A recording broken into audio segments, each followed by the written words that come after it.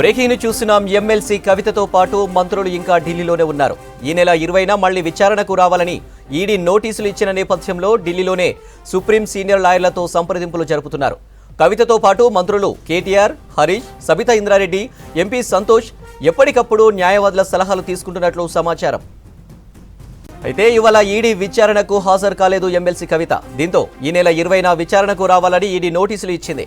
ED విచారణపై తాను వేసిన petition సుప్రీంలో pending ఉన్నందున అది అయ్యేంత వరకు విచారణకు రాలేనని కవిత ఈడీకి తెలిపింది. ఈ నెల 24న సుప్రీంలో విచారణ ఉంది. కానీ ఈడీ మాత్రం ఈ నెల 20న కవిత విచారణకు రావాలని నోటీసులు ఇచ్చింది. ఆ రోజు కవిత విచారణకు హాజరవుతారా లేదా అన్నది ఆసక్తిగా మారింది. తాజాగా ఈడీ ఇచ్చిన నోటీసులతో తర్వాత ఏం చేయాలన్న దానిపై ఫోకస్ చేశారు ఢిల్లీలో ఉన్న బీఆర్ఎస్ లీడర్లు. మరోవైపు లిక్కర్ కేసులో రామచంద్ర పిల్లైకి 3 రోజుల కస్టడీ పొడిగించింది రౌస్ అవెన్యూ కోర్టు. ఈ కేసులో ఎమ్మెల్సీ కవితతో పాటు రామచంద్ర పిల్లైని కలిపి విచారించాల్సింది ఉందని కోర్టుకు తెలిపిన ఈడీ 5 రోజుల కస్టడీ ఇవ్వాలని కోరింది. అందరినీ కలిపి ఎందుకు విచారించాలని, డాక్యుమెంటరీ ఆధారంగా విచారించొచ్చు కదా అని కోర్టు ప్రశ్నించింది. రామచంద్ర పిల్లైకి 3 రోజుల కస్టడీ పొడిగిస్తూ స్పెషల్ కోర్టు నిర్ణయం తీసుకుంది. వాదనల సందర్భంగా కవిత ఇవాళ విచారణకు రాని విషయాన్ని కోర్టు దృష్టికి తీసుకువెళ్లింది ఈడీ. ఈ కేసులో కవితను అనుమానితురాలిగా పేర్కొంది ఈడీ. ఇటు మాజీ ఆడిటర్ బుచ్చిబాబును వరుసగా 2వ రోజు ప్రశ్నించింది ఈడీ. ఈ కేసుల్లో మరో నిందితుడు మాగుంట శ్రీనివాసరెడ్డికి ఈడీ నోటీసులు పంపింది. ఈ నెల 18 విచారణకు రావాలని సూచించింది. శ్రీనివాసరెడ్డి కొడుకు మాగుంట రాఘవ ఇప్పటికే ఈ కేసులో అరెస్ట్ అయ్యారు. ఆయన బెయిల్ పిటిషన్పై విచారణ కూడా వాయిదా పడింది. లిక్కర్ స్కామ్లో మనీ లాండరింగ్ పైనే ఈడీ ప్రధాన ఫోకస్ పెట్టింది. సౌత్ గ్రూప్ నుంచి 100 కోట్ల ముడుపుల విషయంపై కూపిలాగుతున్నారు ఈడీ అధికారులు. ఎమ్మెల్సీ కవితతో పాటు మంత్రులు ఇంకా ఢిల్లీలోనే ఉన్నారు. ఈ నెల 20న మళ్లీ విచారణకు రావాలని ఈడీ నోటీసులు ఇచ్చిన నేపథ్యంలో ఢిల్లీలోనే సుప్రీం సీనియర్ లాయర్లతో సంప్రదింపులు జరుపుతున్నారు. కవితతో పాటు మంత్రులు కేటీఆర్, హరీష్, సబితా ఇంద్రారెడ్డి, ఎంపీ సంతోష్ ఎప్పటికప్పుడు న్యాయవాదుల సలహాలు తీసుకుంటున్నట్లు సమాచారం. ఇవాళ ఈడీ విచారణకు హాజరు కాలేదు ఎమ్మెల్సీ కవిత. దీంతో ఈ నెల 20న విచారణకు రావాలని ఈడీ నోటీసులు ఇచ్చింది. ఈడీ విచారణపై తాను వేసిన పిటిషన్ సుప్రీంలో పెండింగ్ ఉన్నందున అది అయ్యేంత వరకు విచారణకు రాలేనని కవిత ఈడీకి తెలిపింది. ఈ నెల 24న సుప్రీంలో విచారణ ఉంది. కానీ ఈడీ మాత్రం ఈ నెల 20న కవిత విచారణకు రావాలని నోటీసులు ఇచ్చింది. ఆ రోజు కవిత విచారణకు హాజరవుతారా లేదన్నది ఆసక్తిగా మారింది. తాజాగా ఈడీ ఇచ్చిన నోటీసులతో తర్వాత ఏం చేయాలన్న దానిపై ఫోకస్ చేశారు ఢిల్లీలో ఉన్న బీఆర్ఎస్ లీడర్లు. దీనిపై మరింత సమాచారం మా ప్రతినిధి ఢిల్లీ నుంచి లైవ్ ద్వారా అందిస్తారు. సంపత్, అప్డేట్స్ ఏంటి? రైట్ అనిల్, ఈరోజు మార్నింగ్ నుంచి ఒకసారి సీన్ టు సీన్ అబ్జర్వ్ చేస్తే చాలా నాటకీయ పరిణామాల మధ్యలో చాలా డిస్కషన్స్ తర్వాత, అట్లాగే ఇండివిజువల్గా family discussion, political discussion, legal discussion తర్వాత చాలా ఎపిసోడ్ జరిగాయి. దానికంటే ముందు కొద్దిసేపటి క్రితం ఒక డెవలప్మెంట్ ఉంది. ఎందుకంటే కవిత, కేటీఆర్, హరీష్ రావు, అట్లాగే మంత్రులు సత్యవతి రాథోడ్, సబితా ఇంద్రారెడ్డి, సంతోష్, రాజ్యసభ ఎంపీ సంతోష్, వీళ్ళందరూ కలిసి ఎప్పుడైతే డేట్ ఎక్స్టెన్షన్ అయిందో, అంటే వాళ్ళకి సంబంధించినటువంటి రిక్వెస్ట్ లెటర్ పంపించిన తర్వాత 24 తర్వాతనే హాజరవుతామనేటువంటి రిక్వెస్ట్ లెటర్ సోమభారత్ నుంచి పంపించిన తర్వాత వాళ్ళు ఈ మిడిల్ టైంలో వెళ్ళిపోయి స్పెషల్ ఫ్లైట్లో హైదరాబాద్ వెళ్ళిపోదామని ప్లాన్ చేసుకున్నారు. వెళ్ళిపోతున్నటువంటి క్రమంలోనే మధ్యలోనే ఈ 20వ తారీఖున మళ్ళీ తిరిగి కవితను హాజరు కావాలని ఆదేశాలు రావడంతో హుటాహుటిన మళ్ళీ వాళ్ళు అలర్ట్ అయ్యారు. ఢిల్లీలోనే ఈ మంత్రులు అట్లాగే కవిత అందరూ ఉన్నారు. ప్రజెంట్ వాళ్ళు ఒక సీనియర్ అడ్వకేట్, సుప్రీంకోర్టులో 16 సంవత్సరాలు పనిచేసినటువంటి సీనియర్ అడ్వకేట్. సో పేరు చెప్తున్నారు కానీ ఆయన కోర్టు చేయలేము, ఎందుకంటే అధికారికంగా లేదు కాబట్టి. సో ఆయన స్టాండింగ్ కౌన్సిల్గా పనిచేశారు. చాలా వరకు ఈ దర్యాప్తు సంస్థలకు సంబంధించి సిబిఐ దాంట్లో స్పెషల్గా 6 సంవత్సరాల పాటు చాలా కీలక కేసుల్లో సుప్రీంకోర్టులో వాద ప్రతివాదనలు వినిపించినటువంటి న్యాయవాదిగా ఆయనకు పేరుంది. సో ఆ న్యాయవాది దగ్గర దాదాపు గంట సేపటి నుంచి చర్చలు జరుగుతున్నాయి. ఫర్దర్గా ఈ లీగల్కి సంబంధించిన ఇష్యూస్లో ఎట్లా ముందుకెళ్ళాలి, ఈడీ విచారణకు వెళ్లకుండా ఆల్టర్నేట్ స్టెప్స్ ఎట్లా తీసుకోవాలని పైన విచారణ జరుగుతుంది. ఇక అది అట్లా ఉంటే మార్నింగ్ నుంచి మనం చూసాం ఢిల్లీలో అసలు ఏం జరుగుతుందో అర్థం కానటువంటి సిచ్యువేషన్ కనిపించింది. ఎందుకంటే కేసీఆర్ ఇంటి దగ్గర కవిత ఉన్నటువంటి నివాసంలో ఉదయం 7 గంటల నుంచి ఎర్లీ మార్నింగ్ 7 o'clock నుంచి బ్రేక్ఫాస్ట్ టైం నుంచి ఈరోజు మీటింగ్స్ జరిగాయి. మంత్రులు హరీష్ రావు, అట్లాగే కేటీఆర్, సంతోష్, సబితాయింద్ర రెడ్డి, సత్యవతి రాథోడ్, ఎర్రబెల్లి దయాకర్ రావు, మంత్రి శ్రీనివాస్ గౌడ్, అట్లాగే గతంలో పనిచేసినటువంటి అడ్వకేట్ జనరల్స్, ప్రజెంట్ ఉన్నటువంటి advocate general, assistant advocate general, అట్లాగే గతంలో సోలిసిటర్ జనరల్గా పనిచేసిన వాళ్ళు, సుప్రీంకోర్టులో వాదనలు ఇచ్చిన అడ్వకేట్స్, ఇట్లా 11 మంది లీగల్ టీంతో 11 మంది అడ్వకేట్లు, సీనియర్ న్యాయవాదులు అట్లాగే గవర్నమెంట్స్లో జీపీలుగా పనిచేసినటువంటి న్యాయవాదులతో డిస్కషన్ జరిగింది. ఫ్యామిలీ రోల్ కింద కేటీఆర్కు, కవితకి, హరీష్ రావుకు ప్రత్యేకంగా అరగంట సేపు వాళ్ళు మాట్లాడుకున్నారు. విచారణకు వెళ్లాలా వద్దనే అంశంపైన కూడా చాలాసేపు మాట్లాడారు. భిన్న వాదనలు వినిపించినట్టుగా తెలిసింది. విచారణకు వెళ్తే బాగుంటుందనేది ఒకరి ఒపీనియన్, విచారణకు వెళ్లకుండానే మనం ప్రొలాంగ్ చేసి టైం తీసుకొని ఈడీకి కొంత సమయం తీసుకుంటే మనకు లీగల్గా ఒపీనియన్ తీసుకోవడానికి కానీ, కోర్టుల్లో ఛాలెంజ్ చేయడానికి కానీ, లేదా సుప్రీంకోర్టులో ఇచ్చినటువంటి పిటిషన్ పైన ఏమైనా ఆర్గ్యుమెంట్ జరిగిన తర్వాత ఏమైనా హోప్ వచ్చే అవకాశం ఉంటుందనేది వాళ్ళు చూసినటువంటి మాట. సో ఫైనల్గా ఈరోజు మొత్తం కూడా కవిత ఆఫీస్ నుంచి, కవిత ఉన్నటువంటి ఇంటి దగ్గర నుంచి, కేసీఆర్ సంబంధించిన అధికారిక నివాసం, కేసీఆర్ కవిత స్టే చేసినటువంటి ఇంటి దగ్గర నుంచి చాలా రకాలుగా లీకులు ఇచ్చారు. ఫైనల్గా సోమవారం అడ్వకేట్ నుంచి ఒక లేఖ రాయించి మొత్తానికి మేము రాలేమనే విషయాన్ని అయితే మెసేజ్ చేశారు. అయితే ఫస్ట్ 9 గంటలకి మీడియాకు ఒక లీక్ పంపించారు. మార్నింగ్ 10:30 గంటలకి కవిత ప్రెస్ మీట్ ఉంటుంది. కవిత ప్రెస్ మీట్ మాట్లాడి అక్కడ నుంచి నేరుగా ఈడీ ఆఫీస్కు వెళ్తుందనే విషయాన్ని మీడియాకు అక్కడ నుండి వాళ్ళ పిఆర్ఓలు, వాళ్ళ పిఎస్లు ముందుగా చెప్పారు. దానికోసం ఏర్పాట్లు కూడా చేశారు. అదే కేసీఆర్ ఇంటి ముందు కవిత వచ్చి మాట్లాడుతున్న విషయాన్ని చెప్పి అక్కడ ఏర్పాట్లు కూడా చేశారు. మళ్ళీ ఏమైందో తెలియదు, ఆల్ ఆఫ్ సడన్ గా ప్రెస్ మీట్ క్యాన్సిలేషన్ చేసినట్టుగా వాళ్ళే ఇన్ఫర్మేషన్ ఇచ్చారు. కవిత బయటికి రాలేదు, మీడియాతో మాట్లాడలేదు. బహుశా ఇన్వెస్టిగేషన్ ప్రాసెస్ లో ఉన్నందువల్ల, ఈడీ కేసు దర్యాప్తు దశలో ఉన్నందువల్ల ఆమె ఆల్రెడీ కేసులో భాగంగా విచారణకు పిలిచారు కాబట్టి, విచారణలో ఉన్నప్పుడు ఆమె ఈ విచారణ ఎదుర్కొంటున్న టైంలో మీడియాతో అడ్వర్స్ కామెంట్స్, అంటే వివాదాస్పదంగా కానీ లేదంటే కామెంట్స్ చేయాలంటే కూడా లీగల్ గ్రౌండ్స్ ఇబ్బంది వచ్చే అవకాశం ఉంది కాబట్టి ఆమె ప్రెస్ క్యాన్సిల్ అయింది అనేది వాళ్ళు చెప్తున్నారు. తర్వాత సోమవారం ఈడీ ఆఫీస్కి వెళ్ళాడు, మనం చూసాం. సో ఎన్ఫోర్స్మెంట్ డైరెక్టరేట్ ఆఫీస్కి వెళ్ళిన తర్వాత అక్కడ ఆయన 11 డాక్యుమెంట్లను సబ్మిట్ చేశారని చెప్పారు. 11వ తారీఖున, ఈ నెల 11వ తారీఖున కవిత ఈడీ విచారణకు హాజరైనప్పుడు కొన్ని డాక్యుమెంటేషన్స్ ని వాళ్ళు ఈడీ విచారణకు హాజరైనప్పుడు కొన్ని డాక్యుమెంటేషన్స్ ని వాళ్ళు ఈడీ అధికారులు అడిగారనేది అడ్వకేట్ చెప్తున్నారు. సో దాంట్లో భాగంగా ఒక 11 డాక్యుమెంట్లు ఇచ్చామన్నారు. దాంతో పాటుగా assistant director of enforcement of directorate కి ఒక లేఖ రాసి, ఆ లేఖలో ఫలానా సెక్షన్ ఫలానా గ్రౌండ్స్ కింద మాకు రిలాక్సేషన్ ఇవ్వాలి, ఈడీకి మేము హాజరు కాలేమనే విషయాన్ని బ్రీఫ్ గా దానిలో పొందుపరిచారు. సో దానిపైన మళ్ళీ ఈడీ ఎక్కడ కూడా రిప్లై కాలేదు. రిప్లై అవ్వకుండా తర్వాత 1-2 గంటల వ్యవధి తర్వాత మళ్ళీ తిరిగి ఎన్ఫోర్స్మెంట్ డైరెక్టరేట్ నుంచి ఒక కమ్యూనికేషన్ అందింది.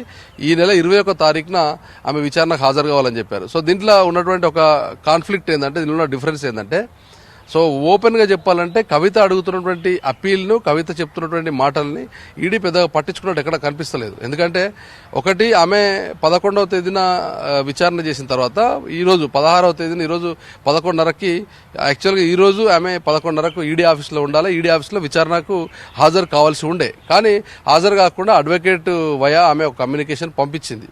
సో పంపించినప్పుడు అందులో చెప్పింది ఏంది, ఆమె ఒకటి, సుప్రీంకోర్టులో మేము ఒక పిటిషన్ వేసాము విచారణకు స్టే ఇవ్వాలని, అట్లాగే వీడియో ద్వారా కానీ, జూమ్ ద్వారా కానీ, ఆడియో కాల్ ద్వారా కానీ విచారించండి. సో ఆ విచారణకు మేము సిద్ధంగా ఉన్నాం, నేరుగా ఈడీ కార్యాలయానికి రావడానికి మేము సమ్మతంగా లేమనే విషయాన్ని వాళ్ళు ఆ పిటిషన్లో పేర్కొన్నారు. సో దాన్ని ఇది అత్యవసరమైన పిటిషన్ ఏం కాదు, 24వ తారీఖు విచారించవచ్చు అనేది సుప్రీంకోర్టు అభిప్రాయపడింది.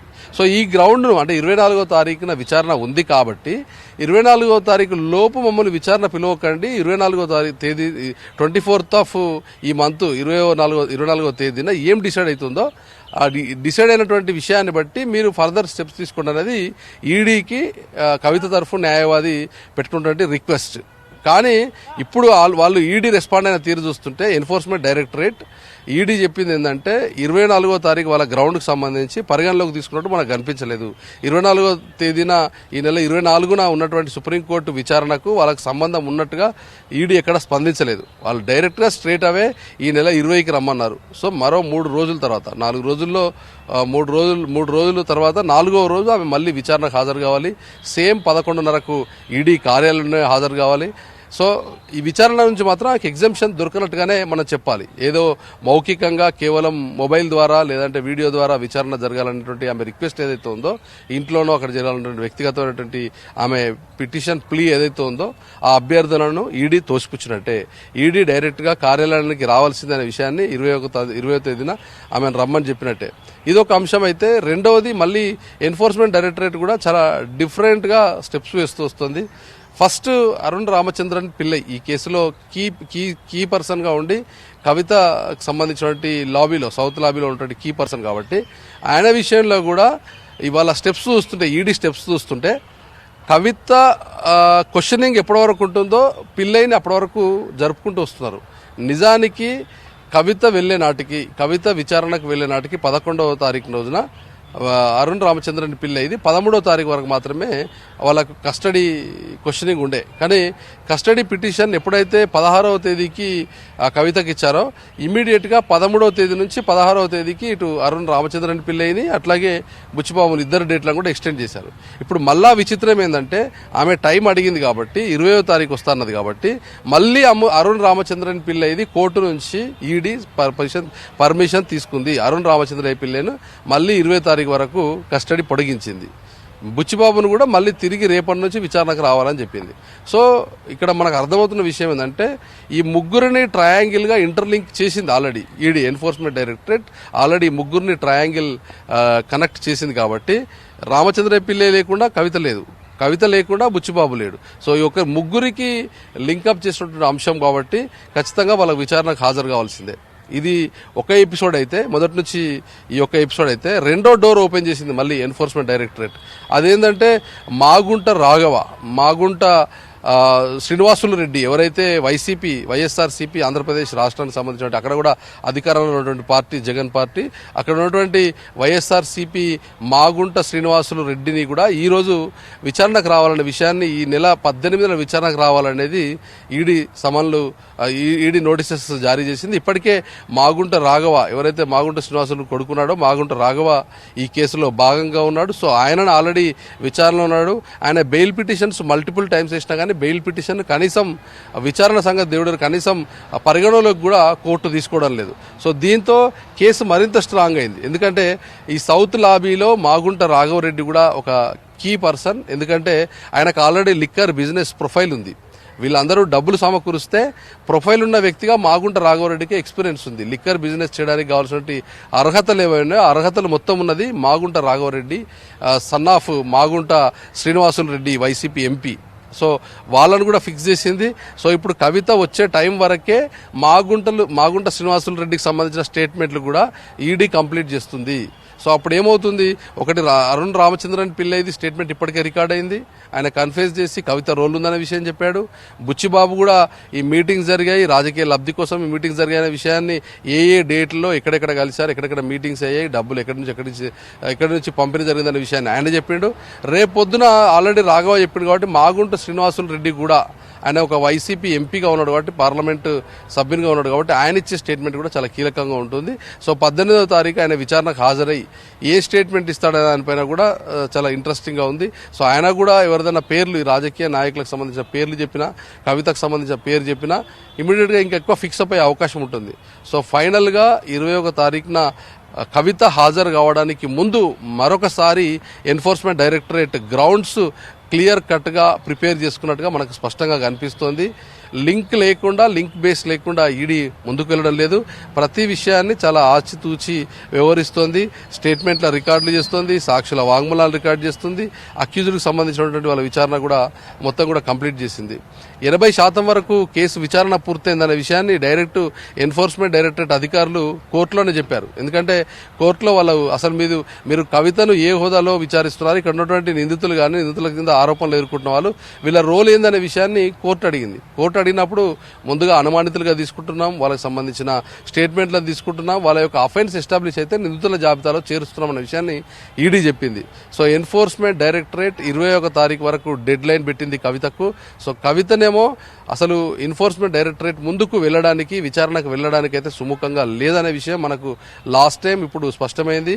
మొదటి నుంచి ఆమె డిసెంబర్ 11న విచారించినటువంటి టైం నుంచి, ఏది హైదరాబాద్ లో కవిత నివాసానికి వెళ్లి విచారించిన టైం టైం నుంచి కూడా ఆమె మొదటి నుంచి అభ్యర్థన లీగల్ గ్రౌండ్స్ కింద ఒక మహిళను ఖచ్చితంగా ఇంట్లో విచారించాలని గ్రౌండ్ మీద విచారిస్తూ వచ్చింది. కానీ ఈడీ చెప్తున్న మాట ఏంటంటే, ఈడీ ఆఫ్ ది రికార్డు చెప్తున్న మాట, కేసు మొత్తం కూడా కోర్టులో సబ్మిట్ చేసిన పత్రాల్లో కూడా సబ్మిట్ చేసింది ఏంటంటే, కోర్టుకు ఈడీకి సంబంధించినటువంటి దర్యాప్తు కీలక దశకు చేరుకుంది. దాదాపు ఆల్మోస్ట్ ఆల్ కంప్లీషన్ దశలో ఉంది. పూర్తి స్థాయిలో ఇప్పటికే మల్టిపుల్ ఛార్జ్ షీట్లు దాఖలు చేశారు.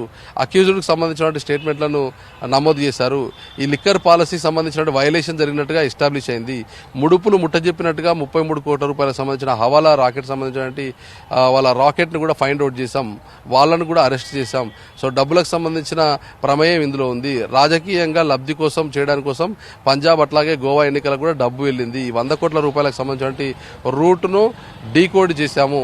ఇప్పటికే టెక్నికల్ సంబంధించిన ఎక్విప్మెంట్ లో భాగంగా మొబైల్ ఫోన్స్ సీజ్ చేశాం, డాక్యుమెంట్స్ ను సీజ్ చేశామని చెప్తున్నారు. మరో విషయం ఈరోజు కోర్టులో చెప్పినట్టుగా తెలుస్తుంది. సో ఏంటంటే, మీరు నేరుగా కాకుండా వీడియో కాన్ఫరెన్స్ ద్వారా లేదంటే ఆడియో ద్వారా విచారించాలన్నప్పుడు మాకిప్పుడు ఉన్నటువంటి డాక్యుమెంట్స్ అట్లాగే ప్రూఫ్స్, టెక్నికల్ ఎక్విప్మెంట్స్ ఉంటాయి. డిఫరెంట్ టీమ్స్ డిఫరెంట్ హవర్స్ లో క్వశ్చన్ చేస్తుందనే విషయాన్ని వాళ్ళు చెప్పారు. కాబట్టి దానికి ఖచ్చితంగా ప్రత్యక్షంగానే హాజరైతే తప్ప మినహాయింపు లేదనే విషయాన్ని చెప్పారు. సో చూడాలి 20వ తారీఖున మళ్ళీ తిరిగి కవిత హాజరవుతుందా లేదా అనిపే ఉత్కంఠ ఉంది. మొత్తం రాష్ట్ర మంత్రివర్గం మొత్తం కూడా ఢిల్లీలో మకాం వేశారు. కవిత కోసం, కవిత కేసు కోసం ప్రత్యక్షంగా పరోక్షంగా మొత్తం కూడా లీగల్ ఒపీనియన్ తీసుకునే సిచ్యువేషన్ అయితే ఉంది. Over to you. Right, thank you Sampath.